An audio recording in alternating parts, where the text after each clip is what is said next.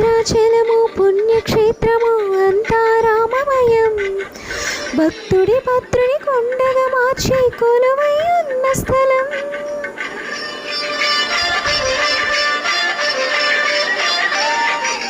పరమ భక్తితో రామదాసు ఈ ఆలయమును కట్టించనయ్యా. సీతారామ లక్ష్మణులకు ఆభరణములే చేయించనయ్యా. పంచవటిని